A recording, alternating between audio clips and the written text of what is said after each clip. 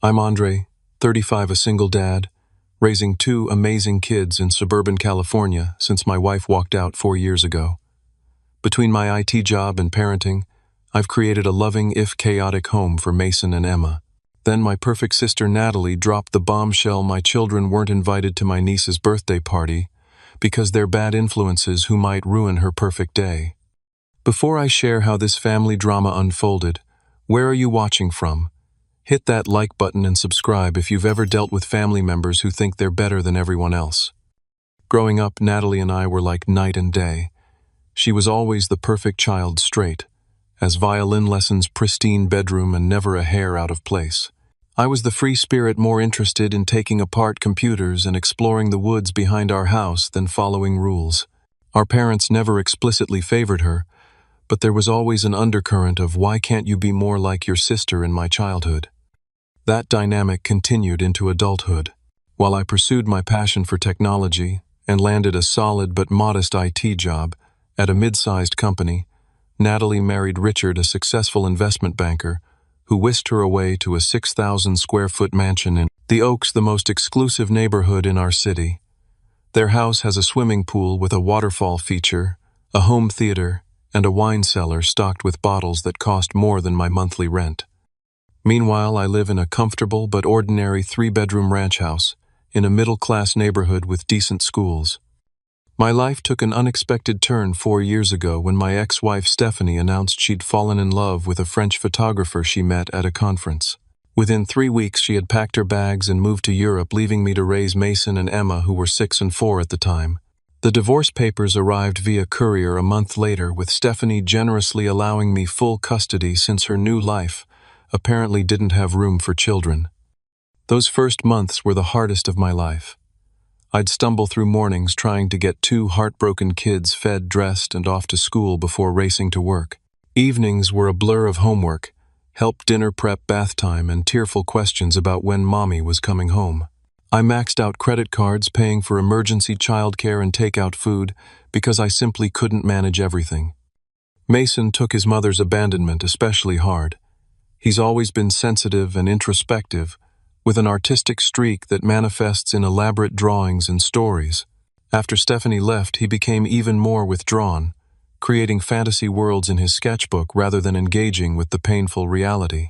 His teachers reported that he sometimes struggled to focus in class, lost in his own thoughts or doodling in the margins of his worksheets instead of completing assignments. Emma responded differently. My fierce little girl became even more outspoken and energetic, as if determined to fill the space her mother left with noise and movement. She stands up for herself and others, with a confidence that's admirable, but can sometimes come across as defiance to adults, expecting quiet compliance from children, especially little girls. When a boy in her class pulled her ponytail, Emma didn't wait for teacher intervention.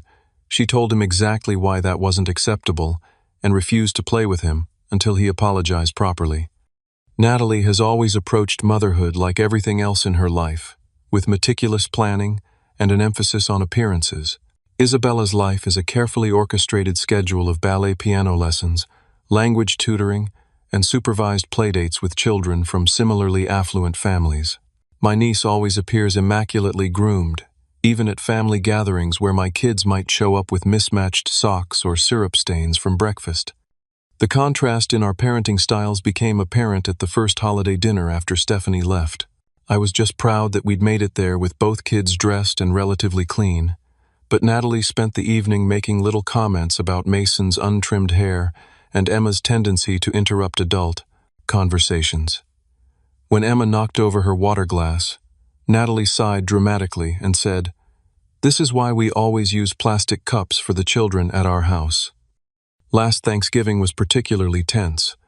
Natalie hosted in her formal dining room with fine china and crystal glassware. When Mason accidentally used his salad fork for the main course, Natalie corrected him in front of everyone. Later, she pulled me aside and suggested that perhaps I should invest in some etiquette lessons for my children, as proper manners would serve them well despite their circumstances. I bit my tongue for the sake of family harmony, but it took all my willpower. My parents, Robert and Margaret, retired to Florida 2 years ago, and do their best to remain neutral in the ongoing tension between their children. Dad calls weekly to check on us, and Mom sends care packages with homemade cookies and hand-knitted sweaters for the kids. They've gently suggested that Natalie could be more understanding of our situation, but they've never directly confronted her about her treatment of us. I understand their reluctance to choose sides between their children, but sometimes I wish they would acknowledge how hurtful Natalie's behavior can be. Despite the challenges and Natalie's judgment, I've worked hard to create a loving home for Mason and Emma.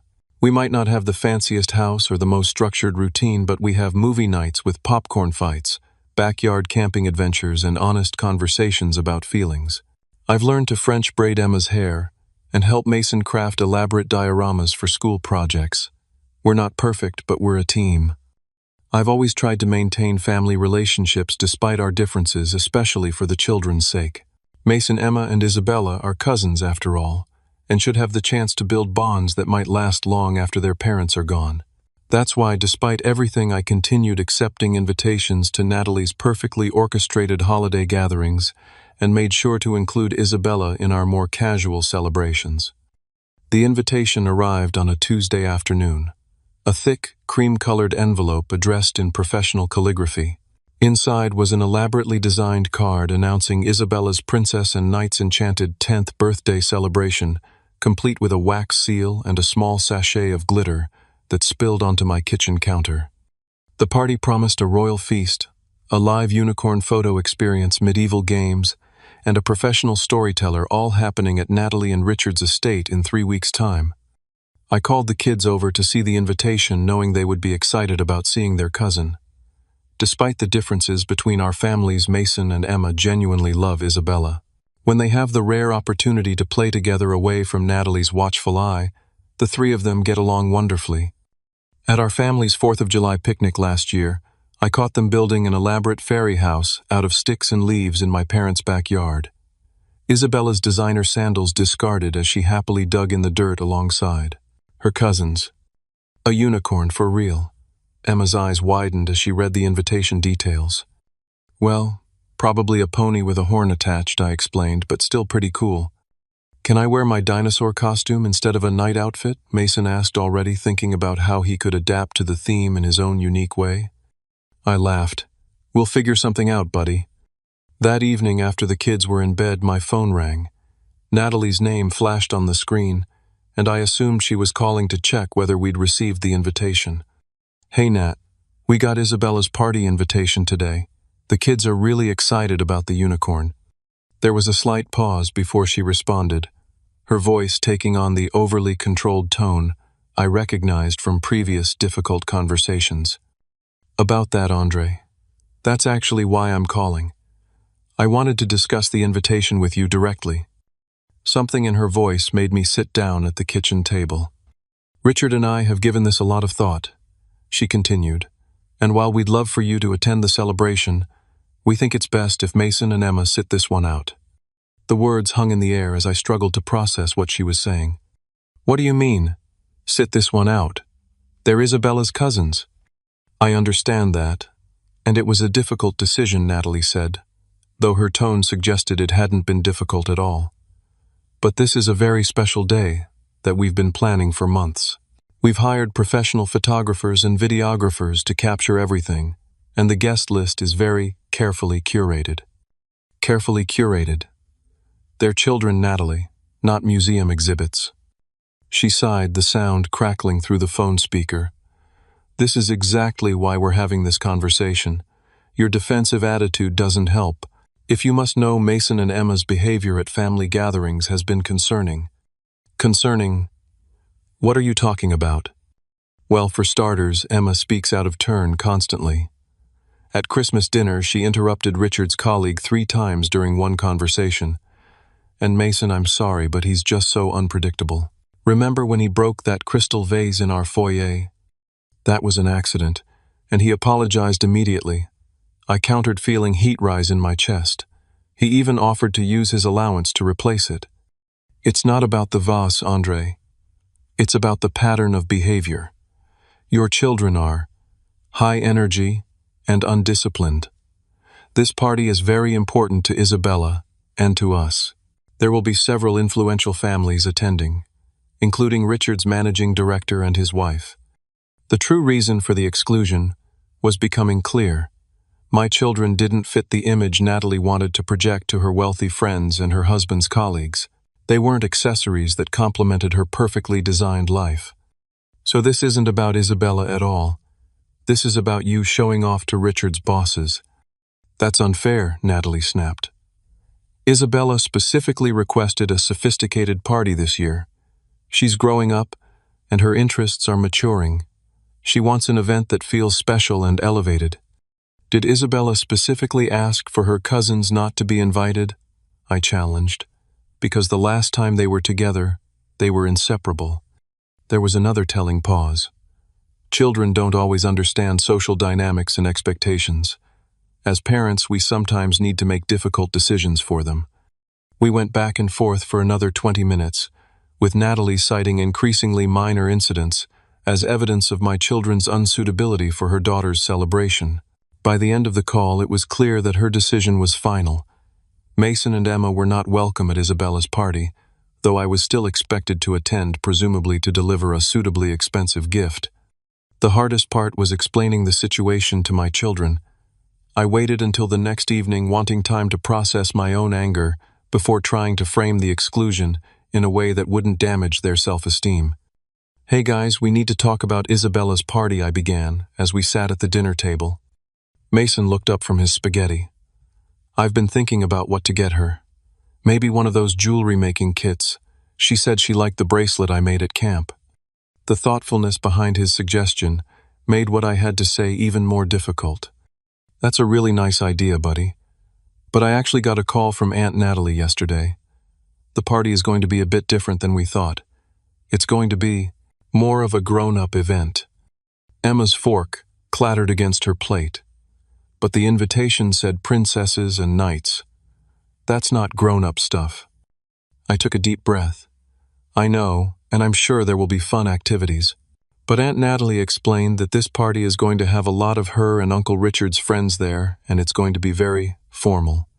She thinks it might not be much fun for kids your age.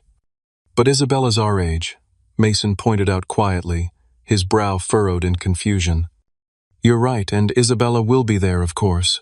But the party is specially planned around what she likes." The explanation sounded weak even to my own ears. "So we're not invited?" Emma asked directly, her lower lip beginning to tremble. "But we're family. Isabella's our cousin." "I'm still going to go and represent our family," I said, hating every word. "And we'll plan something special to do together that weekend instead." "Did we do something wrong?" Mason asked, his voice so small it nearly broke me. "Is Isabella mad at us?" "Absolutely not," I said, firmly reaching across the table to squeeze his hand. "This isn't about anything you did, and it's not Isabella's choice. Sometimes adults make complicated decisions that don't make sense. This is one of those times." But as I looked at Mason's downcast eyes and Emma's barely contained tears, I knew that no explanation could prevent the rejection from hurting them. My sister had deemed my children unworthy of inclusion in a family celebration, and they were old enough to understand exactly what that meant. Sleep evaded me that night. I tossed and turned, replaying the conversation with Natalie and seeing the hurt in my children's eyes. Around 3 in the morning, I gave up and went to the kitchen to make some tea, only to find Mason sitting at the table with his sketchbook. "Hey buddy, can't sleep?" I asked, keeping my voice low so we wouldn't wake Emma. He shrugged, continuing to draw what looked like a castle with a high wall around it. "I'm just working on some ideas." I sat beside him and gently turned the sketchbook so I could see better. The drawing showed a castle on a hill with 3 small figures outside a gate where a guard stood. It didn't take a psychologist to interpret the symbolism. "Want to talk about it?" I offered. Mason set down his pencil. "Why doesn't Aunt Natalie like us?" The directness of his question caught me off guard. I'd been prepared for sadness about missing a fun event, not this fundamental questioning of family acceptance. "It's not that she doesn't like you," I started, then stopped myself. I'd always tried to be truthful with my children while protecting them from unnecessary hurt. This situation required careful balance. Aunt Natalie has very specific ideas about how things should be, including how children should behave.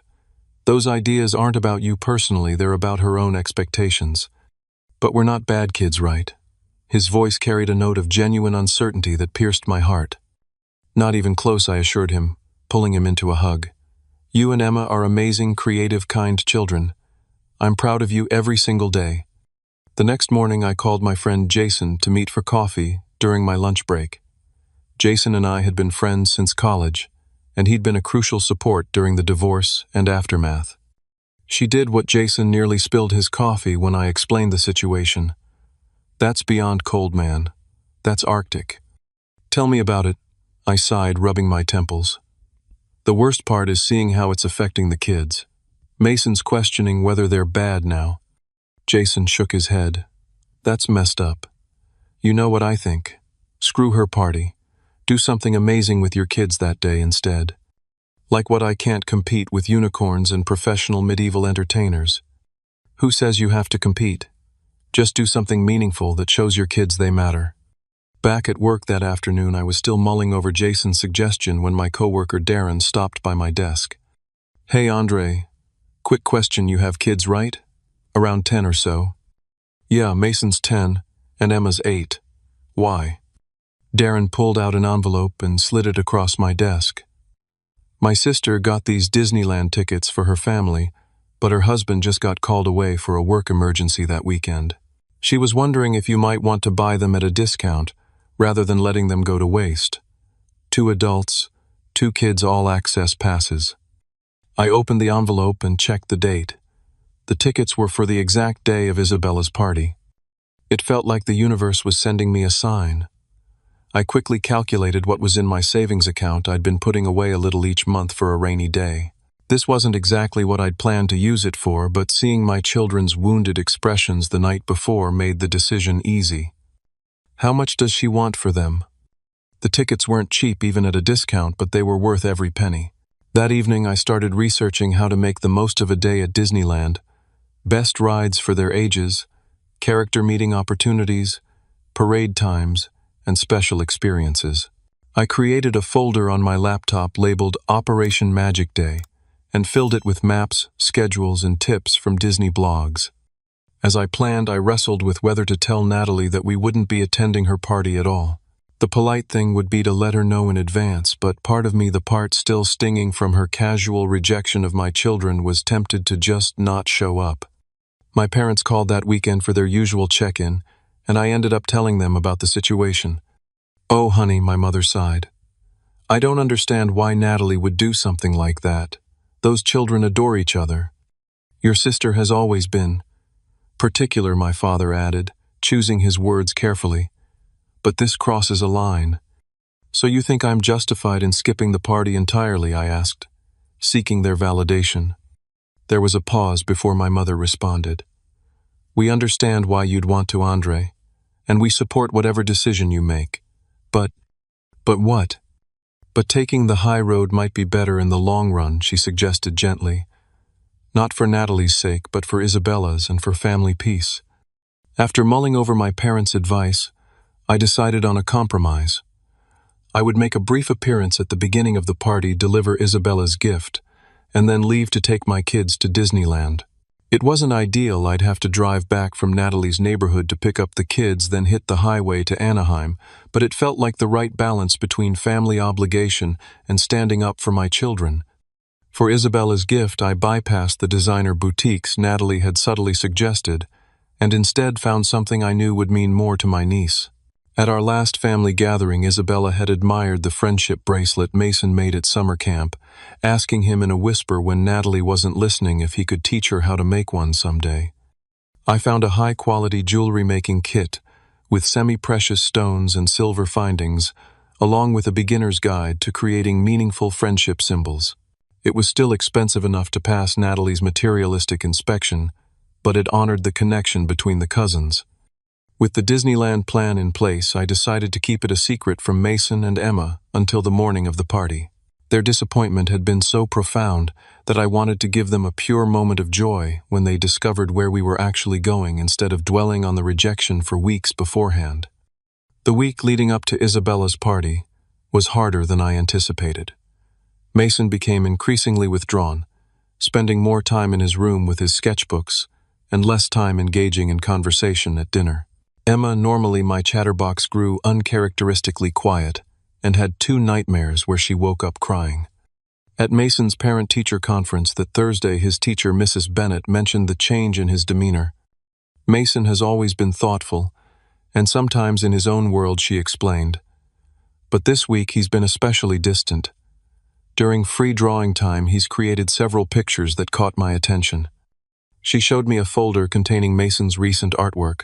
Most were variations on the same theme, family scenes with distinct groupings.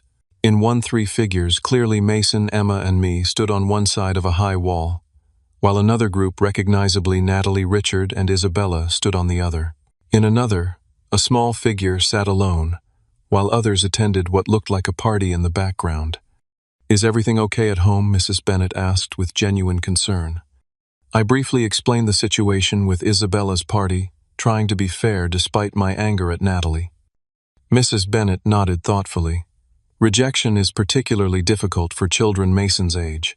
Their social awareness is developing rapidly, and exclusion can feel deeply personal, especially when it comes from family.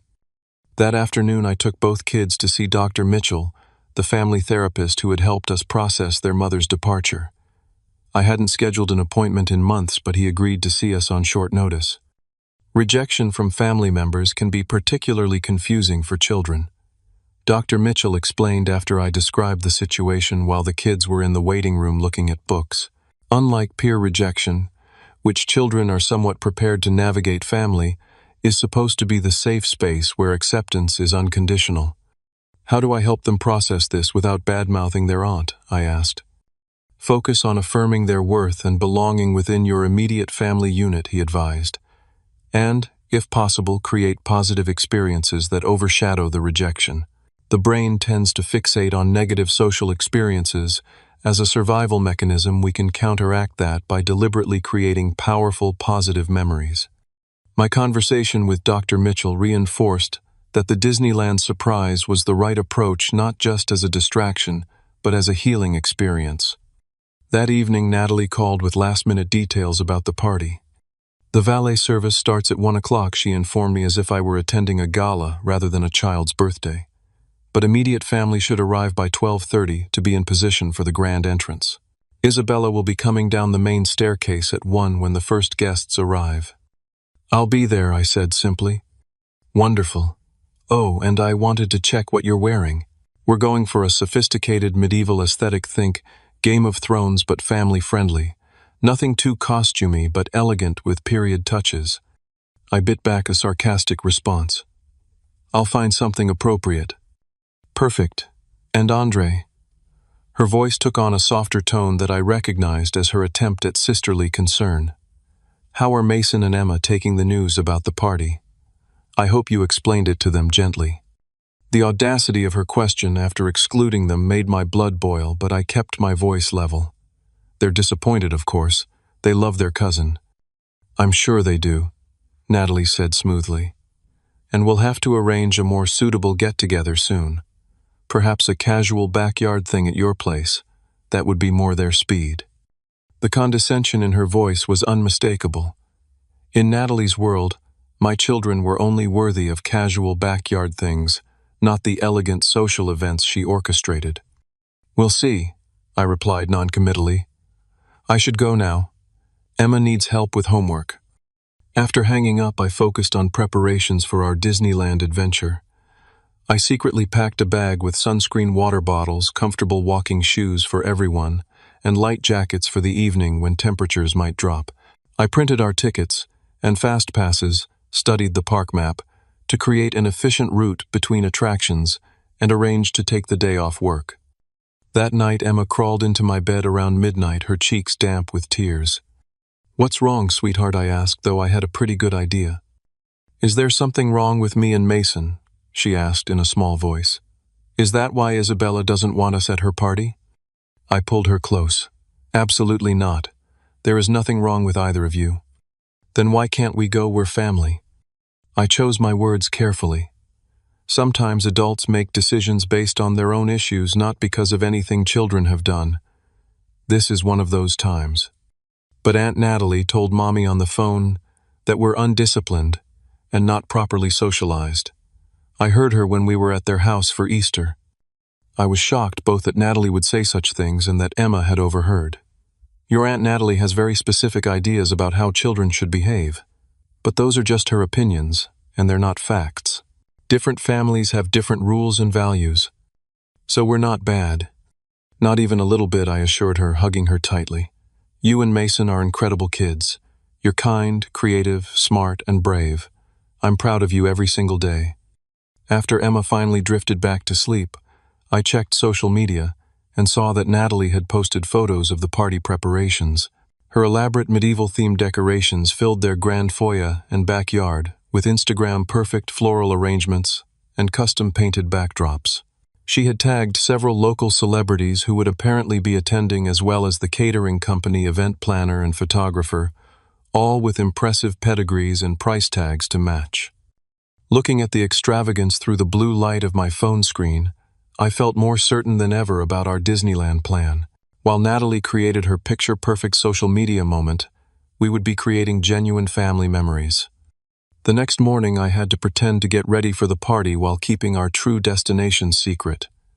The kids watched me with confusion as I dressed in a button-up shirt and slacks. "Why do you have to dress up if it's a princess and knights party?" Emma asked, perched on my bed as I tied my tie. "Aunt Natalie has specific expectations," I explained. "But don't worry, I won't be gone long." "Are you bringing Isabella our present?" Mason asked from the doorway. "Yes, I've got it wrapped and ready."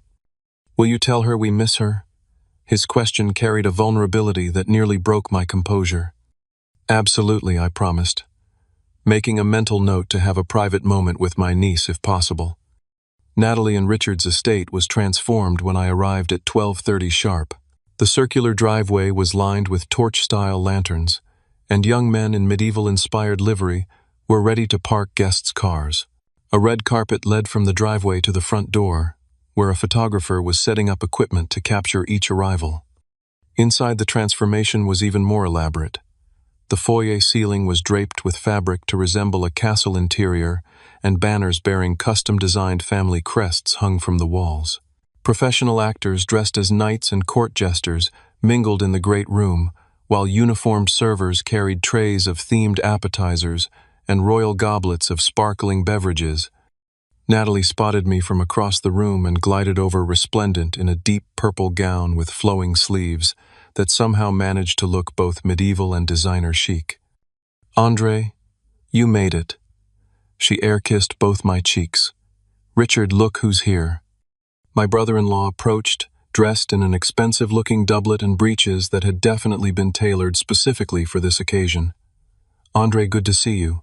Where should we tell the photographer to send your family's portrait?" The question highlighted the awkwardness of my solo appearance, and I saw Natalie shoot Richard a warning glance. "I'm just representing the family today," I replied smoothly. "Mason and Emma send their love to Isabella." Before either could respond, one of Natalie's friends approached a perfectly coiffed woman in a green gown who I recognized from previous gatherings. "Natalie, the unicorn handler needs to know where to set up the photo station." She paused, noticing me. "Oh, hello again. Andre, right. Where are your adorable children today?" Natalie jumped in before I could answer. "Mason and Emma couldn't make it, unfortunately. Andre's here representing the family." "Such a shame," the woman Karen, I now remembered, commented. "Isabella must be disappointed. She talks about her cousins all the time during our girls' playdates."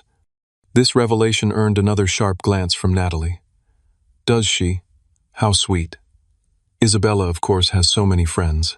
Speaking of which, is Lily excited about the professional face painter? She does the royal courts in Europe, you know." As Natalie steered Karen away, I found myself cornered by Richard, who lowered his voice conspiratorially. "Between us, I think Natalie made the right call about today. This crowd is a bit particular." He gestured around at the gathering guests, many of whom I recognized as executives from his firm. The Phillips son had a meltdown at their holiday gala, and they haven't been invited to anything since. Social currency is real in these circles. "Is that what this is about?" "Social currency." I couldn't keep the edge from my voice. Richard had the grace to look slightly uncomfortable. It's just how things work at this level. You understand. We have to be strategic. About children's birthday parties. About everything, Andre. You should be grateful that you're included in these circles at all. Most people in your situation wouldn't have these kinds of connections. Before I could respond to this remarkably condescending statement, a small voice called my name, and I turned to see Isabella running toward me, her custom-made princess gown billowing behind her. Uncle Andre. She wrapped her arms around my waist. You came. Where are Mason and Emma? I saved special seats for them at my table. Her genuine disappointment was confirmation of what I'd suspected. This exclusion had been entirely Natalie's decision, not Isabella's. They couldn't make it today, sweetheart, but they sent this present and lots of love. I handed her the carefully wrapped package. They miss you very much. Isabella's face fell, but I wanted to show them the unicorn, and the magician is going to make a real bird appear. I told Mom I wanted them here. Richard cleared his throat. Isabella, remember what we discussed about today's special guests. The seating arrangements have been carefully planned. He glanced at me apologetically before leading Isabella away to greet other arriving guests. As I watched them go, I overheard Natalie speaking to her friend group, which had expanded to include 2 more elegantly dressed women.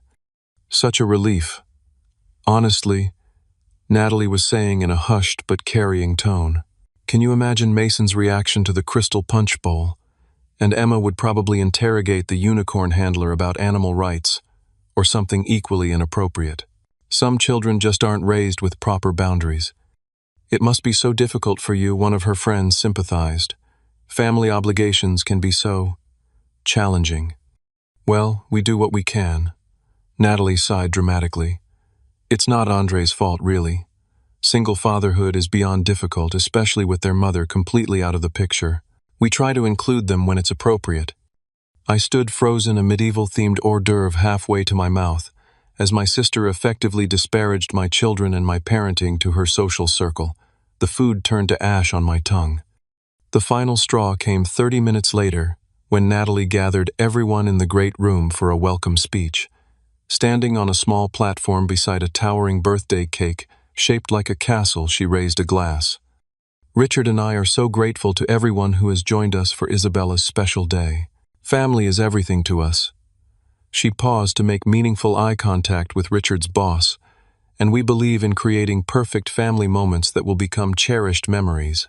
Today represents the culmination of our parenting philosophy that children deserve beauty, structure, and refined experiences to shape them into the leaders of tomorrow. The implied contrast with my parenting approach was unmistakable. As the guests applauded, I quietly set down my drink, found Isabella to give her a quick goodbye hug, and headed for the door. Natalie intercepted me in the grand hallway. Andre, where are you going? We haven't even cut the cake. There's a whole medieval court presentation planned. I've seen enough, Natalie. I'm leaving. Don't be dramatic, she hissed, glancing back to make sure none of her guests could overhear. This is Isabella's special day. Is it? I challenged. Because it seems like it's more about you showing off to Richard's colleagues and your socialite friends. Her face flushed. That is completely unfair. Everything I do is for Isabella's benefit, including separating her from her cousins who she loves and who love her. I heard her, Nat. She wanted Mason and Emma here. You made this decision, not her. You don't understand the social dynamics at play, she insisted. Isabella needs to forge the right connections from an early age. Her future depends on it. She's 10 years old. Her future depends on being loved and accepted for who she is, not on whether the right executive's kid came to her birthday party. Natalie's expression hardened. This is exactly why Mason and Emma weren't invited. This attitude that rules and social norms don't matter. You're raising them in this chaotic environment with no structure, no discipline. No, I'm raising them to be kind, authentic human beings who value people over appearances. And right now, I'm going to go be with my children instead of standing here listening to you justify treating them like they're not good enough for your perfect life. You're just jealous. Natalie snapped her composure, finally cracking. You've always resented my success, my marriage, my beautiful home. Keep telling yourself that I said opening the front door. Enjoy your perfect party. The drive home from Natalie's estate was a blur of emotions, anger at her elitism, hurt on behalf of my children, and lingering shock at how openly she had disparaged our family. But as I pulled into my driveway, I made a conscious decision to set those feelings aside. Today wasn't about Natalie anymore. It was about showing Mason and Emma that they were valued, loved, and worthy of wonderful experiences. They were waiting in the living room with Mrs. Perez, our elderly neighbor who often helped with childcare. Both looked surprised to see me home so early.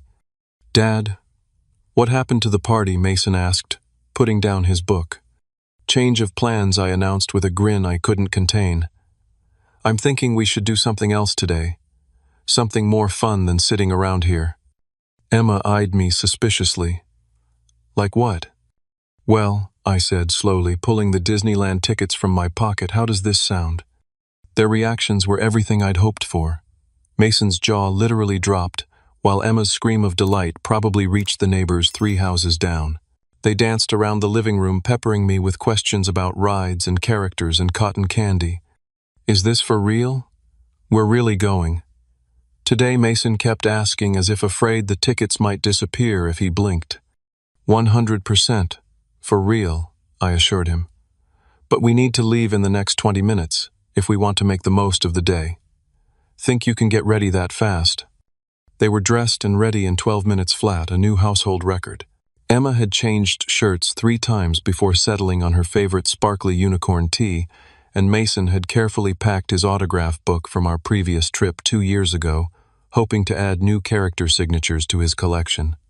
The drive to Anaheim was filled with excited chatter as I outlined the day I'd planned. We'd hit their favorite rides first, meet some characters, watch the afternoon parade, have dinner at a themed restaurant, and stay for the evening. Fireworks spectacular. I'd researched wait times and crowd patterns to maximize our experience, and the kids were thrilled by the level of detail in my planning. "This is going to be the best day ever," Emma declared from the back seat, her earlier sadness completely forgotten. Mason was quieter but equally excited. "Did you plan this because we couldn't go to Isabella's party?" he asked perceptively. I considered how to answer. Partly, I admitted. When people make choices that hurt us, we have 2 options. We can dwell on the hurt, or we can create our own joy. Today is about creating joy. His smile told me I'd said the right thing.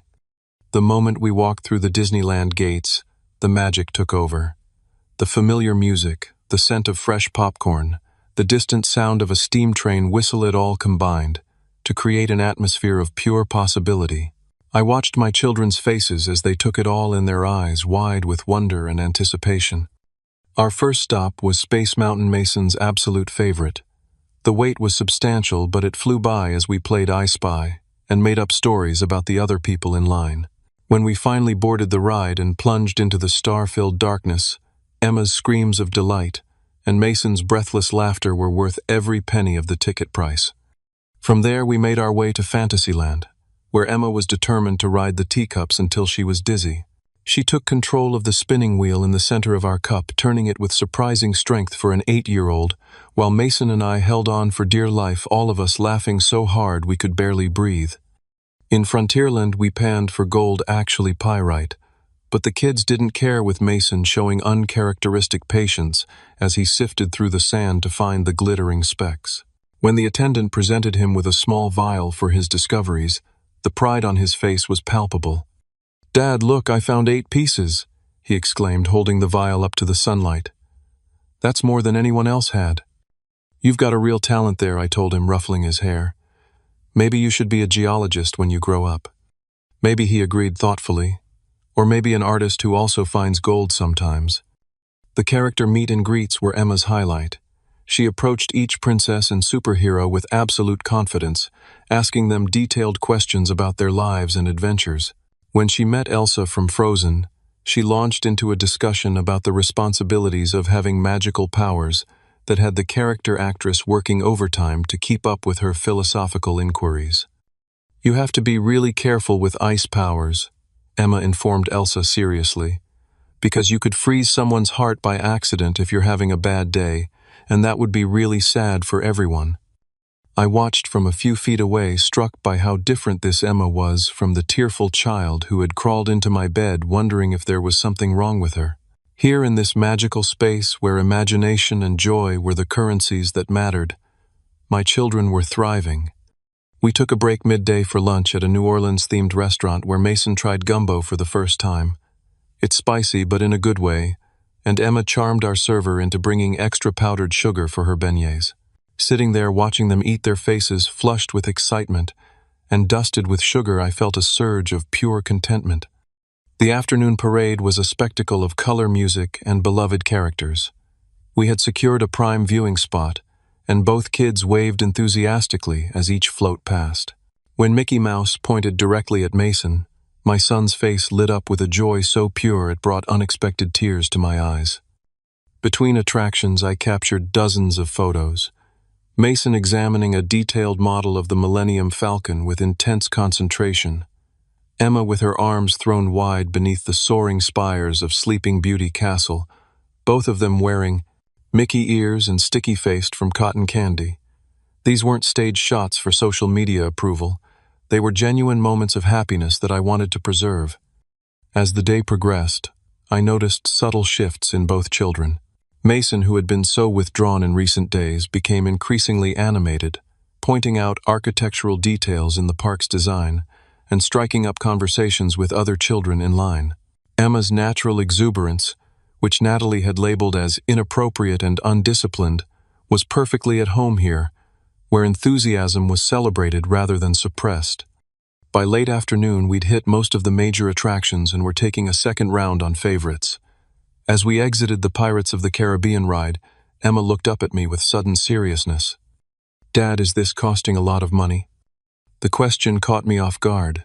Well, it's a special treat for sure, but some things are worth spending money on. She nodded thoughtfully. "I think it's better than Isabella's party, because we're together." "Me too, sweetheart." The evening brought the spectacular fireworks show with music and projections transforming the castle into a canvas of color and light.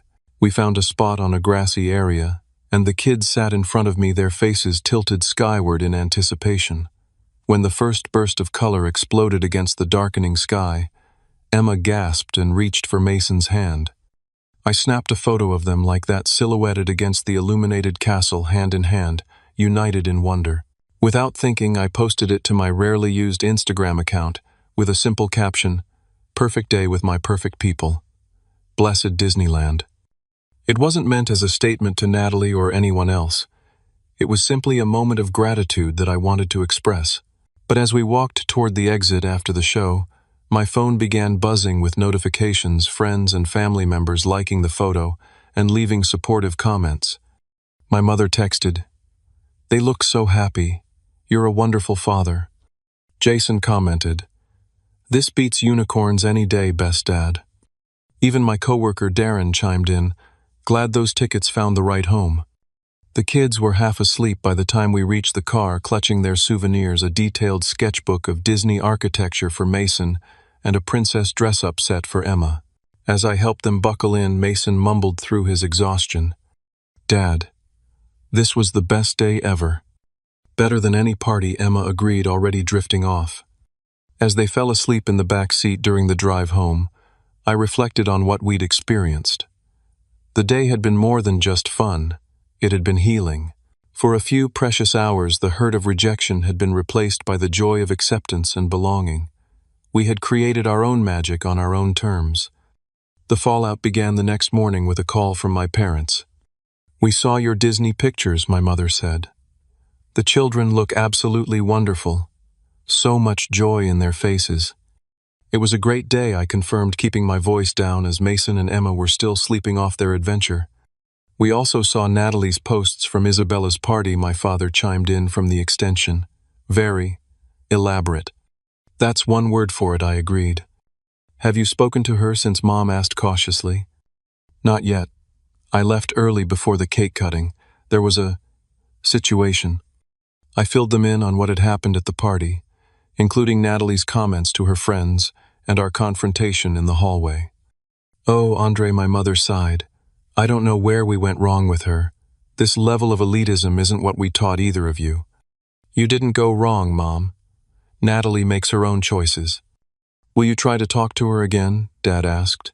For the kid's sake. I will, but I'm going to let the dust settle first, and next time it'll be on my terms. After hanging up with my parents, I made banana pancakes for the kids who wandered into the kitchen around 10 o'clock, still wearing their souvenir Mickey ears from the night before. Can we go back to Disneyland today? Emma asked hopefully, through a mouthful of pancake. Not today, kiddo, but we'll definitely go again sometime. As we were cleaning up breakfast, my phone rang. Natalie's name on the screen sent a surge of anxiety through me, but I knew this conversation was inevitable. I need to take this, I told the kids. Why don't you start picking which photos from yesterday we should print for our family album? They headed to the living room with my camera while I answered the call. How could you? Natalie's voice was tight with anger. Taking them to Disneyland on the same day as Isabella's party, and then plastering it all over social media. Do you have any idea how that made us look? No hello, no preamble, just straight to the accusation. I took my children who had been deliberately excluded from a family celebration to do something special instead. I posted exactly one photo because it was a happy moment. How does that make you look? Like we're the villains in some family drama. Isabella saw your post this morning, and now she's upset that she missed going to Disney with her cousins. She's saying her party wasn't as fun. I bit back my initial response. I'm sorry Isabella is disappointed, but that was not my intention. Mason and Emma were devastated about being excluded from her party. I was trying to give them a positive experience instead. You could have done that any day.